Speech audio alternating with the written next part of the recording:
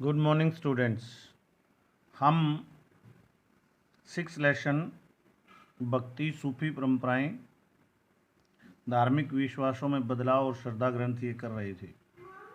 इसमें हमने किया था कि 8वीं शताब्दी से 18वीं शताब्दी तक बड़े ज़बरदस्त धार्मिक आंदोलन यानी कि जो संत हुए धार्मिक इस काल में बहुत ज़्यादा हुए। उन्होंने धर्म में ही नहीं बदलाव किए बल्कि सामाजिक भी परिवर्तन इस काल में हुए।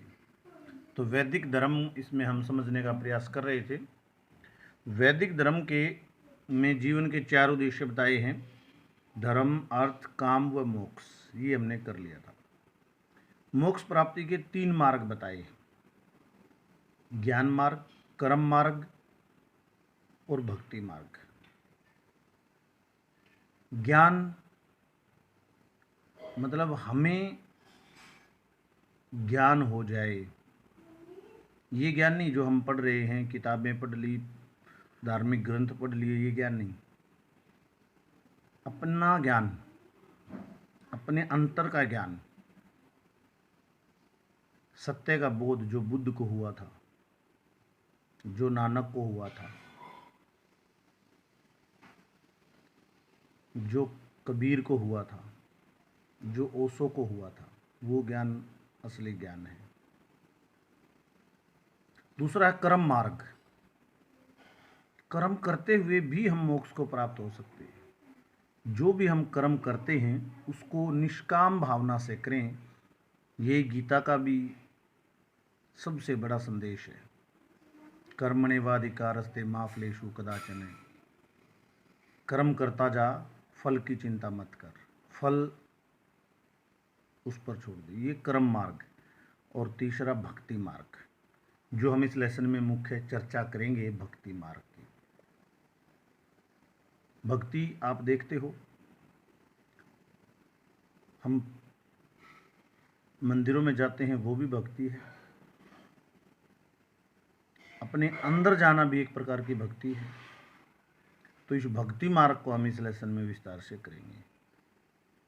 तो भक्ति जो है, भक्ति शब्द की उत्पत्ति भज से हुई है, जिसका अर्थ है सेवा।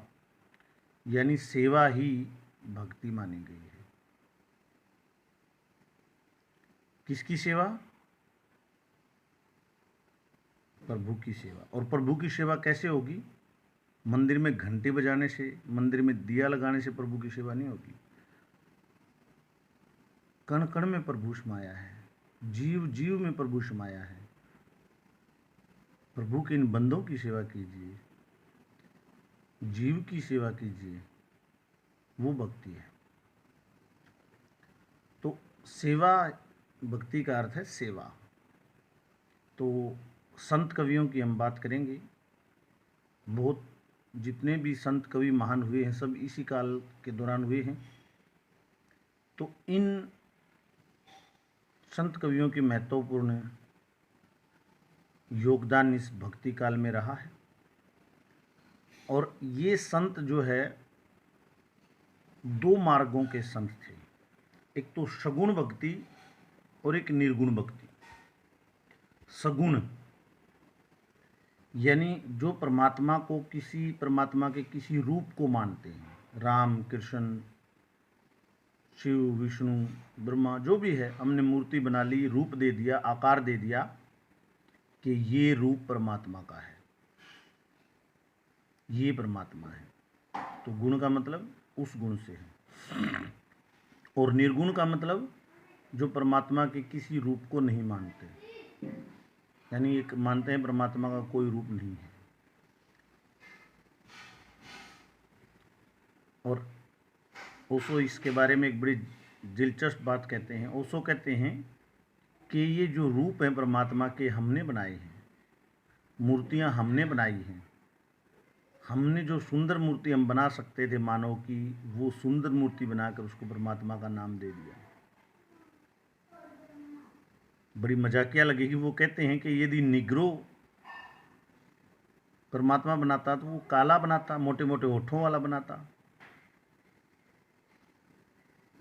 आदमी विकसित हो गया, आदमी कोई और जानवर विकसित हो जाता, वो जानवर मूर्ति बनाता तो वो जानवर ही बनाता।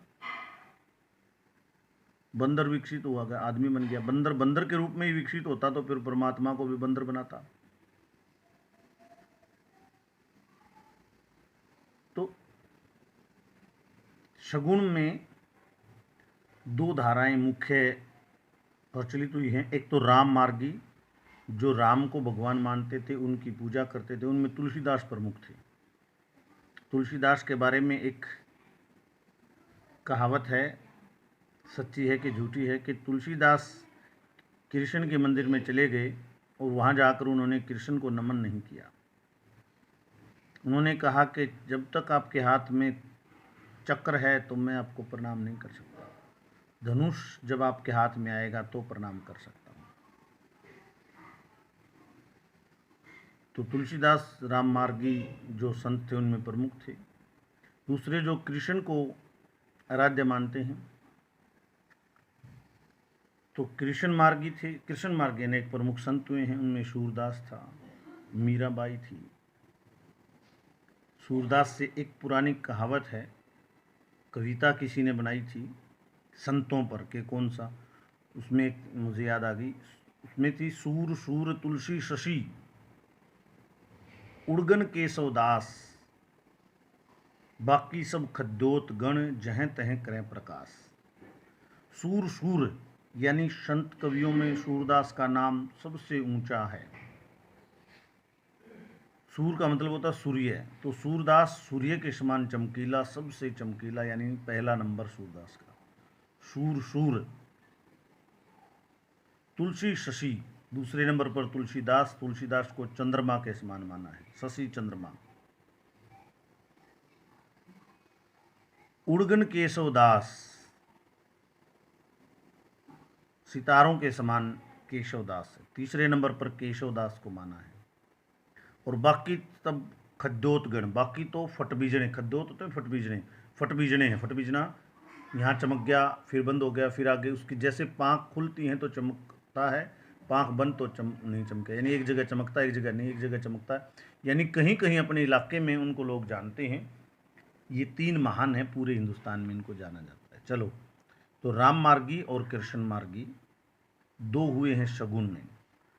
और उसके बाद दूसरी धारा थी निर्गुण संतों की, यानी ये परमात्मा का कोई रूप नहीं मानते थे, कोई गुण नहीं मानते थे, वो परमात्मा को निराकार मानते हैं। और जैसा मैंने कहा कि रूप तो हमने बनाए हैं, परमात्मा तो कण कण में समाया है, बंदे बंदे में, जीव जीव में है, हर जीव की सेवा ही परमात्मा की भक्ति है। तो ऐसा ही ये संत निर्गुण भक्ति धारा के मानते थे।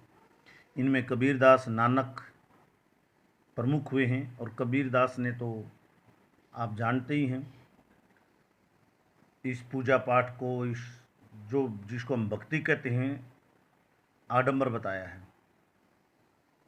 उन्होंने तो कहा है ना कि पत्थर पूज्य हरी मिलें तो मैं पूजूं पहाड़, और बात है तो चाकी बली जो पीस खाए संसार। उनका जो मंदिर में पत्थर रखा है उससे तो चाकी बली है, उसका पीसा आटा पूरा संसार खाता तो है। तो यदि पत्थर को ही पूजना तो चाकी को पूजो, यानी कि आडंबर बताया है उन्होंने सब चीज़ों को। मुसलमानों पर भी, सभी धर्मों पर उन्होंने कहा है। उन्होंने कहा है, मस्जिद चढ़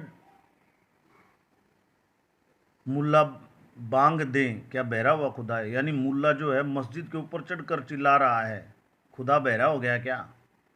तो ये निर्गुण और सगुण दो भक्ति धाराएं हैं। आज हमने थोड़ा सा भक्ति धारा, भक्ति के बारे में जाना, कल आगे करेंगे विस्तार से। धन्यवाद।